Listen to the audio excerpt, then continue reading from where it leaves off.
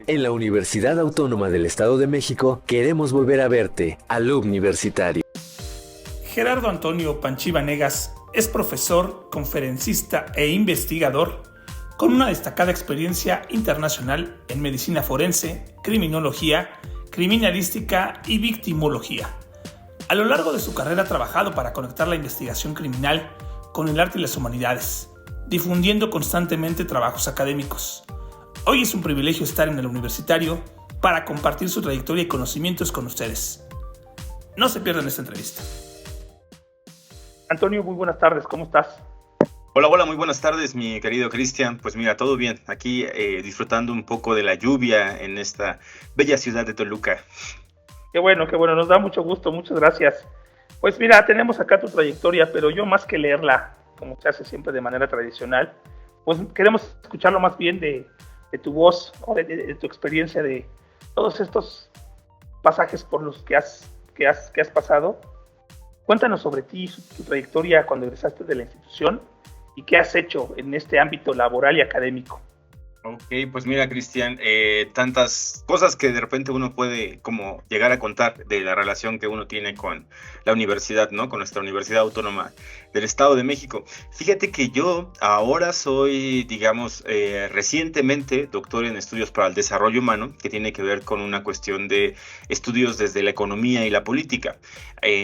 Apenas logré como esta cuestión de la distinción de la mención honorífica, etcétera, y lo digo no por presunción, sino porque a partir de esto te puedo hacer como una especie de vinculación de lo que ha sido mi trayectoria un tanto profesional y académica basado en eso. ¿Por qué? Mira, yo llego a este doctorado y llego tratando de encontrar una explicación, por ejemplo, al fenómeno de la criminalidad, que tiene que ver más allá de una patología, con la despatologización. Entonces me interesa a mí hacer estos estudios que tienen que ver más con el índole social, inclusive con el índole, digamos, de las circunstancias sociohistóricas donde las personas viven y desde las cuales se desenvuelven y toman decisiones, desde las cuales nos desenvolvemos y tomamos decisiones.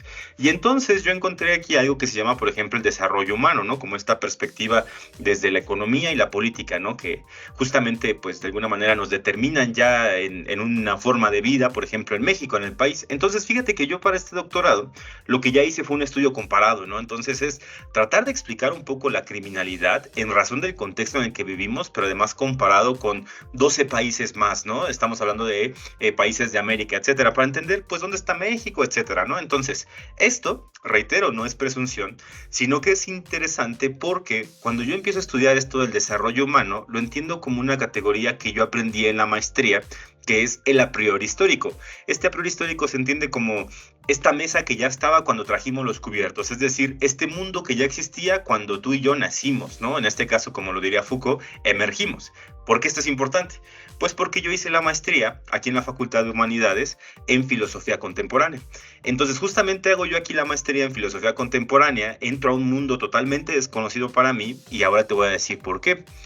Porque yo para mis estudios de licenciatura me fui a estudiar a Puebla, a la ciudad de Puebla. Entonces yo soy criminólogo de formación, soy criminólogo, criminalista y técnico pericial. Después hice como este estudio de especialidad en psicoanálisis y sociopatología criminal, porque me interesaba mucho esta cuestión del mal, de la maldad, del comportamiento antisocial, del psicópata, ¿no? Por ejemplo, de la inteligencia, etcétera. Y entonces yo empiezo haciendo este trabajo, pero también me interesaba otro personaje cuando yo elegí la licenciatura. Y la licenciatura dije, yo quisiera ser como Sherlock Holmes, ¿no? Entonces, bueno, yo pensé que Sherlock Holmes existía.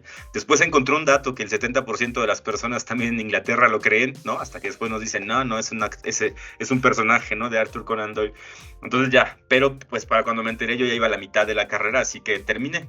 ¿Por qué esto es bien interesante? Porque fíjate que hoy te hablo, por ejemplo, del doctorado, ¿no? Que terminé, por ejemplo, recientemente. Pero el doctorado está vinculado a mi trabajo de maestría y maestría a mi trabajo de licenciatura. Yo en la licenciatura empiezo a estudiar, digamos, en la ciudad de Puebla. Me voy allá a estudiar esta cuestión de criminología, pero yo soy egresado de Prepa 4.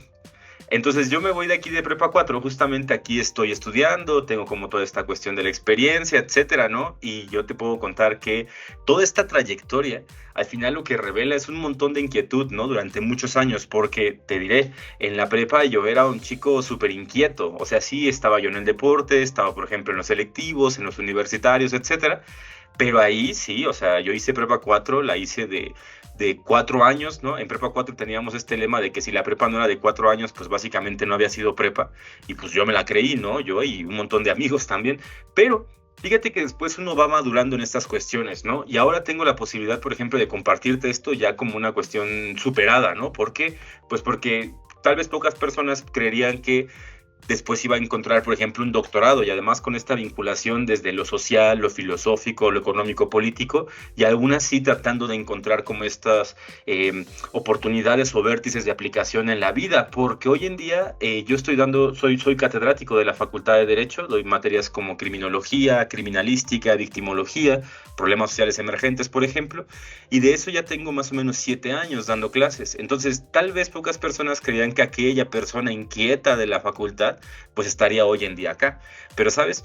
También se vuelve muy curioso que he tenido la posibilidad, por ejemplo, de visitar todas las preparatorias de la universidad, hasta Meca Meca, ¿no? Hasta Almoloya de Alquiciras, etcétera, todas, porque me han dado la posibilidad, la Academia de Derecho, de dar conferencias sobre ciencias forenses. Entonces me ha tocado ir a mi prepa y a otras prepas ahora a dar clases, ¿no? Ahora me toca ir a dar como conferencista.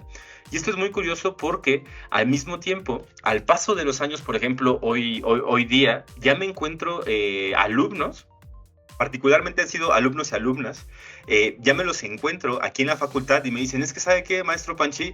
Usted nos fue a dar una conferencia a la prepa, y te estoy hablando de hace 5 años, ¿no? Y dice, no, y nos encantó, y ahora ya me eligen a mí como su maestro de optativa, ¿no? Porque es la de la medicina forense y criminalística o criminología. Entonces, pues eso es como muy grato, ¿no? Decir, bueno, pero yo estuve ahí, estudié en esa prepa, salí así también, y ahora vengo acá.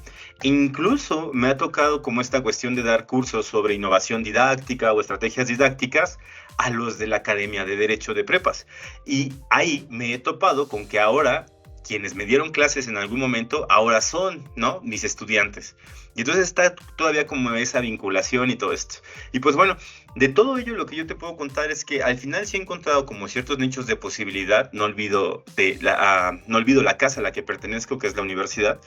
Y pues he tenido la fortuna de poder como incidir en distintos elementos. Por ejemplo, ahorita hay un proyecto de investigación del que formo parte con un cuerpo académico, que es el de la Cátedra Infancia es Destino. Es decir, estamos hablando de niñas, niños y adolescentes con referentes de crianza en prisión. Y fíjate cómo ahora, a paso de los años, lo que yo ya puedo vincular son los elementos, por ejemplo, de ciencias forenses que yo aprendí, de criminología puntualmente, con los elementos tal vez del desarrollo humano, la despatologización de la conducta antisocial, pero para valorar este tipo de vulnerabilidades, ¿no? Esta cuestión de, pues, las personas que nacen en prisión o que viven en prisión, o además estas personas que tienen referentes de crianza en prisión, ¿no? Y que tienen que ir a visitarlos, etcétera. Es decir, estamos hablando de una vulnerabilidad muy específica. Pero fíjate, Cristian, que, pues, al final, al paso de los años, ¿no? Toda esta cuestión de la trayectoria de la formación, que sí tiene que ver, te digo, con mucha inquietud, ¿no? Porque más de una persona acá será muy hiperactiva, ¿no? Pero yo he encontrado a lo mejor cauce en mis ideas y mis proyectos, y pues eso me ha permitido, por ejemplo, pues hasta ahorita seguir trabajando. Es muy curioso porque mi historial de la prepa yo creo que tenía como unas 12 hojas, ¿no? O sea, antes teníamos como estrategias y nadie creería que ahora esas hojas se han transmutado, porque ahora esas hojas cambian en reconocimientos y diploma. Ahorita, de hecho, lo que me ha pasado es que ya como docente he tenido como estos reconocimientos y distinciones que da la FAPA, ¿no? La misma universidad, de la cláusula de innovación didáctica. Ese, como profesor, por ejemplo, me la asignaron, ¿no? Pude participar en ella y gané. Pero también en una que se llama un trabajo de investigación de excepcional valía. Entonces es muy curioso cómo aquellas hojas que eran antes un historial, digamos, un poquito inadecuado, pues con el paso del tiempo, la maduración y lo que tú te vas encontrando en tus circunstancias, pues se vuelve otro tipo de elementos, ¿no? Por ejemplo, la mención honorífica del doctorado, la cláusula esta de innovación didáctica, por ejemplo, como profesor, o bien inclusive esta de un trabajo de investigación de excepcional valía. Ahora ya, por ejemplo, me dedico a escribir libros, ¿no? Tengo un libro de criminología en donde lo que yo hago es tratar de acompañar este aprendizaje y les enseño desde las artes, desde la literatura, es de donde he encontrado como mi nicho didáctico para poder mostrar estos temas tan escabrosos, ¿no? Como los que tienen que ver con la criminalidad y el comportamiento antisocial. Entonces, creo que no he olvidado del todo mi inquietud, ni mi intención, ni a lo mejor la pasión pasión y esta vocación por la cual tenía yo como inclinación a muchos temas, pero ahora he encontrado como estos nichos de brindarme a otro, ¿no? De brindarme a una comunidad, por ejemplo, la estudiantil.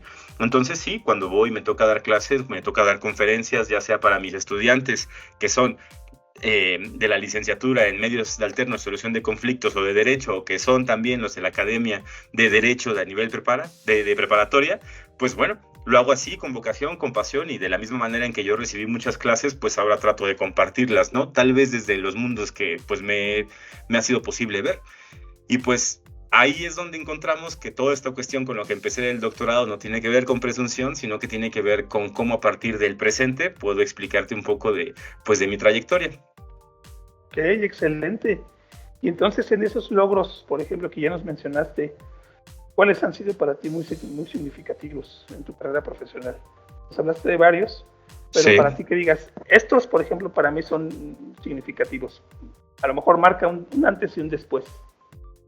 Pues fíjate que he encontrado como distintos momentos, ¿no? Al final hice mi maestría en filosofía, por ejemplo, ahí en humanidades. Y para mí el hecho de haber sido aceptado en ese posgrado, siendo que yo venía de una universidad, digamos, privada de Puebla, que no tiene nada que ver con humanidades, para mí, por ejemplo, ese fue uno de los primeros logros, ¿no? Donde yo dije, wow, o sea, creo que puedo estar como del otro lado. O sea, apenas empezaba, porque ni siquiera había entrado a mi primera clase y ya después viene todo ese problema, ¿no? O sea, uno cree que de repente ya llegó, lo hizo y como, bien, se resolvió la vida, ¿no? O sea, eso apenas empieza.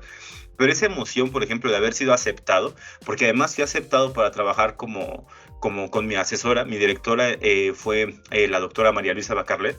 Y entonces para mí también trabajar con ella, que ella me haya aceptado, que haya creído en mí, que haya visto que nuestro proyecto tenía un potencial, pues tenía muchísimo valor. Por supuesto que me tardé 2 años en entrar, no creas que fue a la primera. No, me estuve metiendo antes en seminarios, primero trabajé hermenéutica, luego me acerqué a la filosofía, me acerqué con ella para trabajar 1 año antes en el proyecto, pero eso, por ejemplo, una vez que me aceptaron y que pasó como toda esta cuestión de la selección, porque además hay que considerar que estos posgrados ya son de calidad, es decir, no entra cualquier persona, están limitados porque además ya hay un financiamiento, ya hay becas, etcétera, entonces digamos que la batalla es un tanto dura. Entonces, la primera vez que yo entré ahí dije, wow, ¿no? O sea, fascinante, me encantó. Fue como muy motivante para mí porque dices, estás del otro lado, tienes que seguirle y apenas empiezas, ¿no? Apenas empiezas a ver todo lo que será ese viacrucis que al final también deja muchas satisfacciones. Ese fue uno. Y el segundo, yo creo que otro de los momentos que he encontrado, porque ya vas encontrando momentos así como muy particulares, ¿no? El segundo de los momentos que, por ejemplo, me tocó vivir fue que yo gané un concurso que organizaron distintas facultades con la Comisión Nacional de Derechos Humanos y hicieron un concurso sobre ensayo en razón de vulnerabilidades, ¿no? En el contexto de la pandemia. Entonces yo entré a concursar a esta cuestión del ensayo y gané, o sea, quedé en segundo lugar, ¿no? Pero de todas las personas que concursaron y así, pues yo quedé en segundo lugar. El día que me avisaron o que me escribieron para decirme, oye, Panchi, ¿sabes qué? Ganaste tal, ¿no? Quedaste en segundo lugar. Yo no me la creía, o sea, yo dije, ¿cómo es posible? ¿Por qué? Porque esto te estoy hablando de 2000 más o menos 21, ¿no? Justamente el tiempo de la pandemia. Pero al mismo tiempo Facebook te traiciona, ¿no? Entonces Facebook te manda tus recuerdos de los posts que hacías en 2010 o 2011. Entonces yo veo lo que escribían esos posts y luego veo como esta mención del ensayo y es un cambio total, ¿no? Y yo digo, bueno, no lo puedo creer. Entonces ese tipo de cosas, por ejemplo, dan mucha satisfacción. Eso tal vez lo dan satisfacción a nivel personal, ¿sabes? Como una satisfacción que es como propia, que tiene que ver a lo mejor sí con méritos propios y con trabajo, sí. Pero fíjate que hay otra que también me ha dado mucho gusto, tiene que ver como con la docencia, ¿no? En la docencia he encontrado como muchos momentos de mucha satisfacción. Por ejemplo, ahorita que estuvimos en este tema del proyecto de investigación de infancias en prisión, yo invité, ¿no? a un grupo de estudio de investigación que estaba conformado por alumnas y por Rodrigo, ¿no? Siempre decimos así, alumnas y Rodrigos, porque aquí nada más era Rodrigo y todas las demás eran niñas, ¿no? Entonces estábamos todo este grupo de investigación. Y ya me daba mucho gusto cuando ellas tenían que presentar, por ejemplo, sus avances de investigación en coloquios, pero de investigación de cuerpos académicos. Entonces yo ahí sí tenía todo el nervio de que lo fueran a hacer. Yo decía que me sentía como el profesor y sus estudiantes en el festival, ¿no? De la primavera, no sé, en la primaria. Entonces yo decía, ojalá les salga bien, ¿no? Que no vaya a pasar nada. les sale bien, les felicitan y todo esto, eso me da, por ejemplo, mucho gusto, me da mucha alegría. Pero recientemente, una de las alegrías más grandes, digamos, que como he recibido, de las cuales me he sentido como muy orgulloso, es de la licenciada Laura Salinas. Entonces, en este momento ya podemos decirle licenciada, porque ella es una de las chicas que trabajó en el proyecto de investigación de las infancias en prisión de la cátedra. Trabajamos mucho tiempo, 1 año, etcétera. Ella termina, hace su tesis, le va muy bien en su tesis y recibe mención honorífica. Entonces, justamente ya ver, por ejemplo, que lo que tú has hecho, a lo mejor en un nivel personal, después lo puedes permear y compartir con otras personas para que también lo alcancen, ¿no? Para que alcancen esos méritos, porque además tiene que ver, sí, con su trabajo y tiene que ver con nuestro apoyo, ¿no? Como docentes, pero también, o sea, es mucho de lo que hicieron durante el transcurso de su carrera. Es decir, no es fácil, ¿no? De repente obtener estos distintivos que quizás en lo social o en lo profesional a lo mejor no son no retribuyen tanto como quisiéramos, ¿no?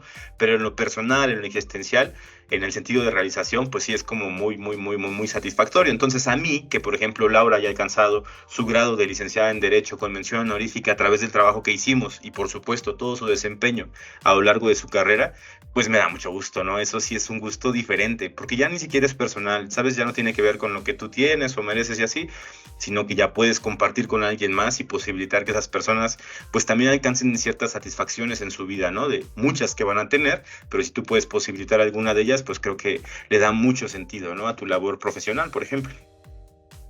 Ok.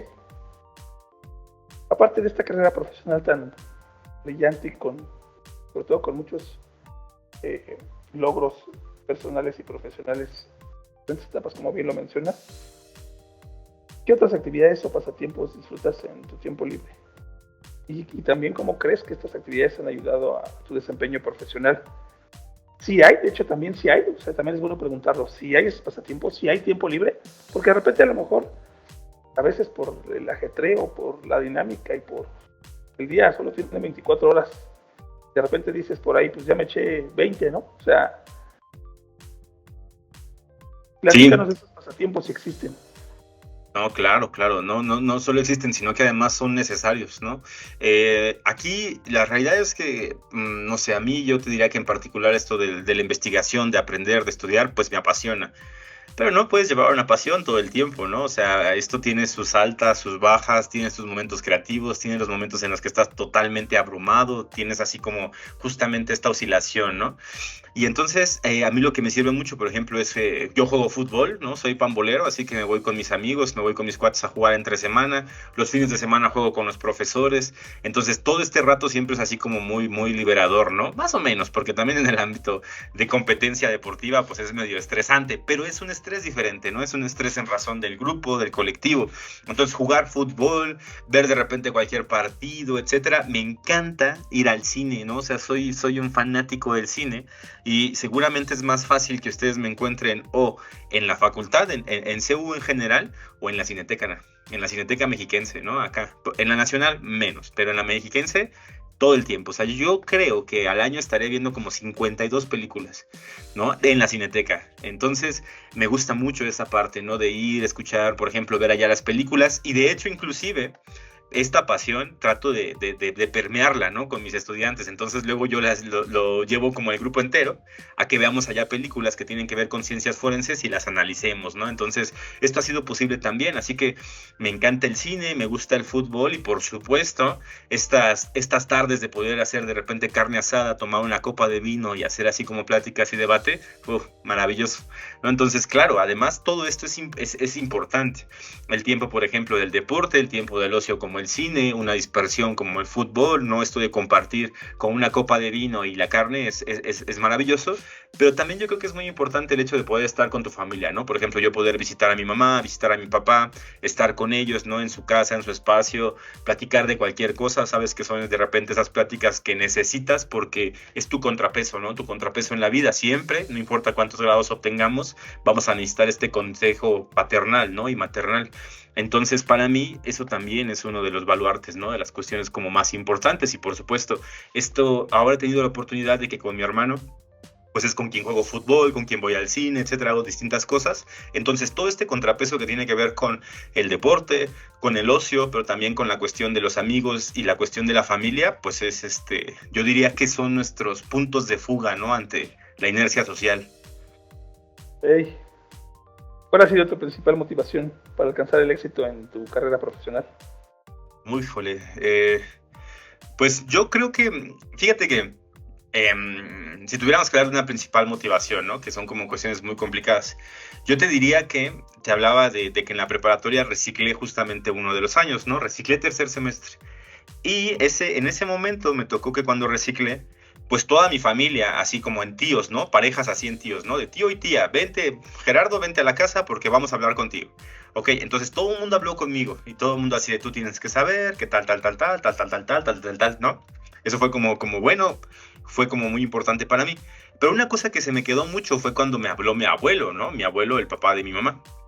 Entonces mi abuelo llega y me dice, tú tienes que considerar que representas una familia, ¿no? O sea, tú eres, por ejemplo, Panchí, y tienes que considerar que no solamente te vales por ti, sino que te vales por alguien más. Y a esas personas también te debes, ¿no? Entonces, tienes que cuidar lo que haces, tienes que procurar esto. Entonces, la idea de uno de los sentidos que tengo yo, por ejemplo, es de que estas personas que me han dado amor, que me han dado cobija, que me han dado cobijo, ¿no? Que me dan amor, cobijo, café, pláticas, enseñanzas, pues también puedan ser o sentirse orgullosas, ¿no? De lo que, por ejemplo, yo hago. Entonces, la cuestión sí tiene que ver con una cuestión de autorrealización personal, etcétera, pero también tiene que ver con una autorrealización o un sentido de ser recíproco con aquello que las otras personas me han dado, ¿no? Me han compartido. Aquí te estoy hablando muy puntualmente de familia, de estudiantes, de maestros, ¿no? De quienes te enseñan. Entonces, yo creo que uno de los sentidos más importantes es eso, ¿no? La cuestión de la reciprocidad, de poder darle a esas personas algo de lo que ellos te dieron, ¿no? Y gracias también a lo que nos debemos, pues, a todas estas personas, porque uno lo ve bien fácil, ¿no? Nos ven de repente aquí en la entrevista y todo esto. Pero detrás de mí hay un montón de personas que lo posibilitan, ¿no? O sea, que todo el mundo pone su granito de harina y te dice, órale, éntrale, ¿no? Mis padres, por ejemplo, para los estudios, mi mamá para aguantar, ¿no? Decir, no, pues vete, me quiero ir a Puebla, sí, vete a estudiar, ¿no? Me quiero ir a España porque la movilidad, que no sé qué, vete, me quiero ir a Italia, vete. Pues sí, pero eso no lo puedes hacer si no tienes, por ejemplo, este apoyo. Entonces, uno de los principales, digamos, motivantes o sentidos de por qué hacer esto, ¿no? Y a lo mejor por los cuales me aferro tanto es, pues, por poder devolver un poquito de todo lo que me han dado, ¿no? Excelente, esa parte creo que es muy necesaria y sobre todo dicen que es el poder conectar con esas raíces, con esos seres que han apoyado todo lo que has hecho. Claro. ¿Cuáles han sido los mayores retos o desafíos a los que te has enfrentado en tu vida profesional? Y también cómo los has resuelto, ¿no? Porque exactamente como bien ya comentabas, ¿no? Toda la gente ve esta parte de los estereotipos, por así decirlo. Uh-huh. No porque no seas el arquetipo, sino lo que me refiero es, ven esta parte hasta hoy en las redes que lo permiten ver, la parte sublime de Antonio, ¿no? Y hasta si lo reflejamos en un trozo de hielo, pues ven la punta del iceberg, ¿no? No ven lo de abajo, ¿no? Sí. Pues fíjate que de los mayores desafíos tiene que ver con el hecho de posibilitarte sentirte incompetente en distintos momentos de tu vida, ¿no? Es decir, yo como te lo he platicado, sí empecé en criminología, la licenciatura, etcétera, pero siempre he estado buscando escenarios nuevos de formación. Entonces, a todos los escenarios nuevos que llego, pues soy el que menos sabe, ¿no? Soy la persona inclusive que de repente pasa por idiota. Y esto es muy interesante porque, pues al final tú dices, bueno, me siento mal, te da un poco el bajón, etcétera, ¿no? Sientes que no estás aprendiendo, que no estás avanzando y no está mal, ¿no? Ser de repente el más malo de tu clase. Entonces lo que haces es ir aprendiendo. ¿Cuál es el gran desafío? Que esto implica que tengas que renunciar a muchas cosas. Por ejemplo, yo ahorita a lo mejor me puedo dedicar a la investigación. Ahorita, por ejemplo, digamos, no sé, con un apoyo económico en el doctorado, ¿no? O en la maestría, etcétera. Sí, pero eso te hace tener que renunciar a otras cuestiones, ¿no? Por ejemplo, a lo mejor muchos de mis colegas, de mis amigos que estudiaban la misma licenciatura, ahora ya tienen como su casa, su familia, están trabajando en empresas, en cuestiones de seguridad patrimonial, en centros penitenciarios, etcétera. Y pues en mi caso, todavía como estudiante, pues no lo he logrado, ¿no? Entonces tienes que renunciar también a ciertas cosas como esa cuestión del status quo, ¿no? Por ejemplo, social, la cuestión de que yo ahorita, a ver, voy a cumplir 35 años, pero sigo soltero, no tengo un compromiso, todavía no tengo como esta cuestión de decir, ya tengo a mi esposa, tengo hijos, etcétera, pues no. Entonces, a todo esto tú tienes que renunciar y de repente lo difícil se vuelve, sí, aceptarse inadecuado en distintas circunstancias, pero también como mantener tu convicción y seguir adelante, sin que esto caiga nada más en un ejercicio meramente como egoísta, ¿no? Por eso te digo que todas estas personas que de repente están a tu alrededor, que te dan como sustento, que te dan contrapeso, pues te permiten también ir viendo esto como con mucha humildad, ¿no? Porque muy constantemente podemos perder el piso, creemos que el mundo es solamente todo lo que nosotros hacemos en nuestro escritorio, y no, hay que estar como muy alerta, ¿no? De quiénes son las personas también a las que nos debemos, sin que eso te haga renunciar a tu convicción. Y eso es muy complicado porque tú puedes tener una convicción y decir, yo quiero hacer esto y tener como el objetivo claro, ¿no? Inclusive los senderos. Pero esto, obviamente, a veces las personas no lo van a compartir. Entonces, el desafío, sí, por un lado, sentirte inadecuado en distintos contextos. El otro, aguantar esta convicción. Y el otro, diría yo, que es que esta convicción no pase por encima de ti, ¿no? Y de las otras personas que te rodean, ¿no? Siempre procurando que, pues, nos debemos a alguien. Entonces, pues, por ahí están, ¿no? Además del desafío de asumir de que no se va a acabar, ¿no? O sea, de que uno dice, ya está hecha la tarea. No, mañana te vas a sentir otra vez mal y tienes que volver a empezar, ¿no? ¿Por qué? Pues porque aprendes nuevas cosas, encuentras nuevas personas que te enseñan, ¿no? Que te dan como instrucción, etcétera. Entonces, pues nada, es permitirse crecer y pues ir tratando de sobrellevar eso también con las personas que te rodean. Ok, fíjate, esto va muy relacionado a esto que acabas de decir con lo siguiente que te voy a preguntar y hablando un poquito del valor de la educación. Uh-huh. ¿Cómo crees que el haber estudiado acá en la universidad te ha ayudado a enfrentar precisamente estos temas de desafío?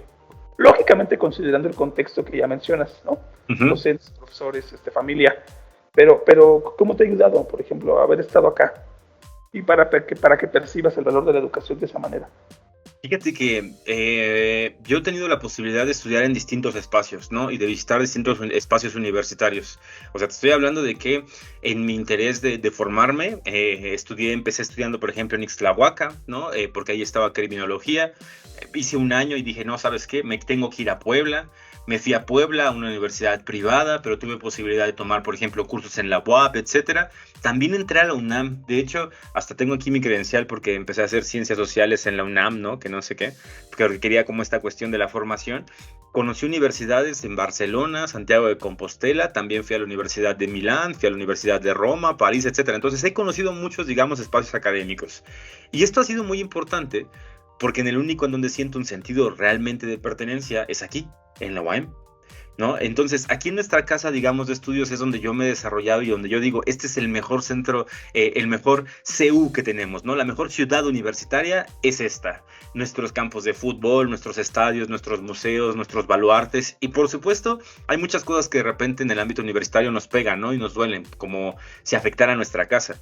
Pero eso mismo nos da también sentidos para decir, no, yo sí quiero apostar por esto, ¿no? A mí que, por ejemplo, a lo mejor vean la bandera que va a la universidad, que digan, ah, mira, él es maestro de la universidad, te da otro estatus, para mí, ¿no? Te da un estatus de pertenencia, te da un estatus de sentido. Por ejemplo, tomar estos reconocimientos en el aula magna, ¿no? Aquí en rectoría, etcétera. Esto que implica, ¿no? Inclusive como los blasones, como la cuestión monumental, esta cuestión de la importancia, ¿no? De estos espacios, por ejemplo, académicos, pues te dan mucho sentido de pertenencia. Y además, no solamente eso, no solamente te sientes orgulloso de pertenecer a esta institución, ¿no? A esta universidad, sino que también te sientes, yo diría, que en deuda de poder entonces ahora tú contribuir con esos elementos, ¿no? Entonces, por ejemplo, yo en la Facultad de Derecho, sí, cuando me toca ser ahorita, ¿no? Por ejemplo, director de tesis y que mis estudiantes se titulan, etcétera, ¿no? Que ha pasado, pues me da mucho orgullo la sala, me da mucho orgullo el examen de titulación, la formalidad del examen, que yo también lo vaya adquiriendo, por ejemplo, en humanidades, así, me encanta. Entonces, fíjate que yo creo que hay un sentido de corresponsabilidad, ¿no? Inclusive con la universidad, con lo que la universidad nos ha dado, nos ha posibilitado y por supuesto con lo que nos toca darle nosotros. He incluso tenido la posibilidad de participar con mis clases de ciencias forenses haciendo teatro. Entonces nos ha tocado aquí en con el maestro Juan Carlos, ¿no? En el Teatro de los Jaguares. Nos aceptaron un día un proyecto para dar las clases, pero los estudiantes, los grupos tenían que hacer una obra de teatro basado en ciencias forenses. Entonces, por ejemplo, tener la posibilidad de interactuar en el Teatro de los Jaguares, que tengan sus ensayos, que tengan su ejercicio ahí, que haya personas, ¿no? Y que todo este sea como muy, muy propio, pues definitivamente te da un sentido de pertenencia y de responsabilidad. Y por supuesto es ser corresponsable, ¿no? Con aquello que te da, con los espacios que te posibilita. Entonces, pues mira, yo sinceramente orgulloso, ¿no? O sea, si tú me preguntas, ¿quisieras trabajar en algún otro lugar? Ahorita no, ¿no? Este es donde he querido estar y donde se me ha permitido también hacerlo. Entonces, yo estando en CEU, caminando con mi mochila todavía y yendo a mis clases, me siento todavía como un niño, ¿no? Porque además, yo Ciudad Universitaria la conozco desde que fui niño. Mi mamá trabajaba en lo que era Torre Académica, porque allí estaba educación a distancia, y entonces yo era un niño que estudió en la primaria de aquí de la Doctor Gustavo Vaz Prada, al lado de Supercompras, y entonces yo desde los 9 años, 10 años, pues me subía a CEU caminando, ¿no? Con mi maletota, y yo subía por detrás de la cabeza de López Mateos. Entonces fíjate que a lo largo del tiempo, pues hay un sentido sí de pertenencia, pero también de responsabilidad, ¿no? Y así como es mi caso, o sea, son los de muchísimas personas, ¿no? Que nos hemos formado, por ejemplo, aquí en estos ámbitos, tanto en el deporte, como en la educación, como en la cuestión artística, etcétera. Yo creo que en realidad sentirse, por ejemplo, de Toluca, que nacimos aquí, que estamos aquí, que somos, digamos, mexiquenses, y sentirse parte de la universidad, pues nos da como este plus, ¿no? Este plus, sí, de un, digamos, un estatus, de un sentido de pertenencia, pero también de responsabilidad. Y entonces, pues mira, ese es como el sentimiento, ¿no? Que me genera. Excelente, excelente. Hasta lo puedo notar en tu expresión facial. Uh-huh. Juguemos algo rápido. Uh-huh. Te voy a hacer unas preguntas rápidas y tú en la primera palabra que se te venga a la mente me la vas a decir. Ok. ¿Libro favorito? Ay, eso tiene que ser solamente en una palabra, ¿verdad? Al borde del naufragio. No, pudor. Pudor, ok. ¿Lugar favorito para viajar? ¿En México? Donde tú quieras que digas, híjole, ahí volvería a regresar, volvería a venir, vendría con familia, vendría solo, con quien fuera. La Laguna de Media Luna de San Luis. Ok, la Laguna de Media Luna de San Luis, perfecto. Una frase que te motive. El hombre es lo que hace con lo que hicieron de él. ¿Tu comida favorita? Definitivamente depende de la ocasión, pero yo me quedaría con los cortes de carne. Okay. ¿Una habilidad que te gustaría aprender?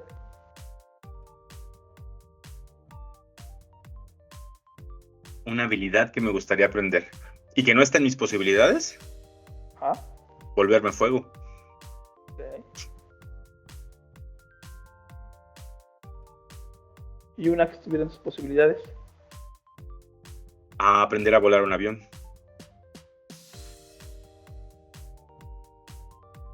¿Algo que siempre llevas contigo?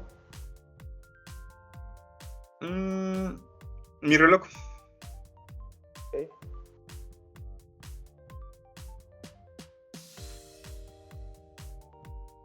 ¿Alguna sugerencia o consejo que le darías a los alumnos que están por egresar y que van a iniciar un trayecto profesional, ya sea en el sector productivo, en el sector de investigación, en el sector independiente? Uh-huh. ¿Qué consejo les darías? No tengan miedo de sentirse inadecuados y que además no olviden a quién también se deben y por quién hacen las cosas. Es decir, que busquen un sentido de acción más allá de lo que es su individualidad. Excelente. ¿Cuál mensaje? ¿Un mensaje inspirador que les darías a ellos? ¿Cuál sería? Haz de cuenta que tú vas a ser el maestro de ceremonias y se va esta generación. ¿Qué mensaje inspirador les darías? Bueno, no sé.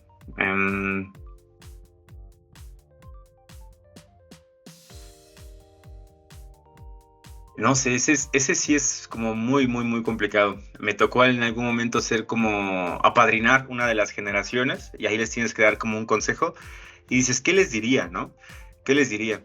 Pero yo creo que les diría el mismo, el que te acabo de comentar al principio, ¿no? Una, que no se sientan, que no tengan miedo a sentirse inadecuados y que no se olviden de las personas también a las que se deben. Es decir, siempre hay un algo más grande por el cual merecemos o bien se merece hacer algo diferente, ¿no? Las cuestiones. Tenemos nosotros mucha vocación en un principio cuando somos estudiantes y tenemos la pasión, pero también tenemos un mundo por conocer. Cuando somos estudiantes creemos en la revolución como esta especie de hacer y seguir cierto tipo de cosas, ¿no? Pero cuando uno crece, madura, por ejemplo, incluso se vuelve padre de familia, etcétera, madre de familia, se va dando cuenta de que hay cosas más grandes, ¿no? A las que uno se puede deber. Y entonces ahí creo que es donde uno puede, por ejemplo, posicionarse en el sentido de qué voy a hacer en un futuro, qué me toca hacer y todo esto. Es decir, no des por hecho que este mundo que conoces lo es todo, ¿no? Sino que espérate, siéntete inadecuado y además siempre aspira a ofrecer lo que tú haces en tu trabajo, de tu familia, de tu amor, a alguien más, ¿no? Entonces eso te va a mantener como muy humilde siempre. Excelente, muy buen mensaje, Antonio. Pues muchas gracias de verdad por compartir esta experiencia, esta historia con nosotros, estos consejos y por brindar estos valiosos, sobre todo, aportes. Te deseamos mucho éxito en tus futuros proyectos y recordarte que esta es tu casa. Te queremos consentir con estos beneficios que tenemos también para al universitario, para que nos visites en el portal, y en el universitario queremos volver a verte.